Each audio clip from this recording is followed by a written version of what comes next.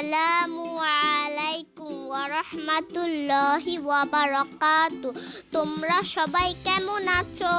আমি তো অনেক ভালো আছি।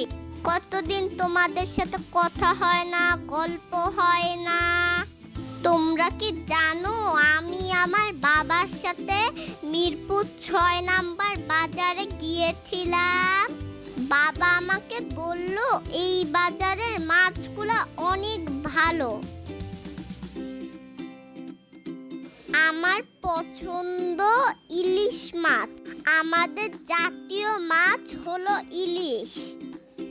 এটা হলো সামুদ্রিক মাছ। আমরা ইলিশ মাছ বাদে চিংড়ি মাছও দেখেছি এবং রূপচাঁদা মাছ দেখেছি। এরপরে বাবা আমাকে সবজি দেখতে নিয়ে গেল। আমি ওখানে অনেক ধরনের সবজি দেখলাম, যেমন লাউ, টমেটো, পেঁপে, শসা, গাজর। আমার পছন্দের সবজি হলো ঢেঁড়স। ওই যে দেখো একটা কুকুর আর একটা বিড়াল। বিড়ালটা অনেক কিউট না?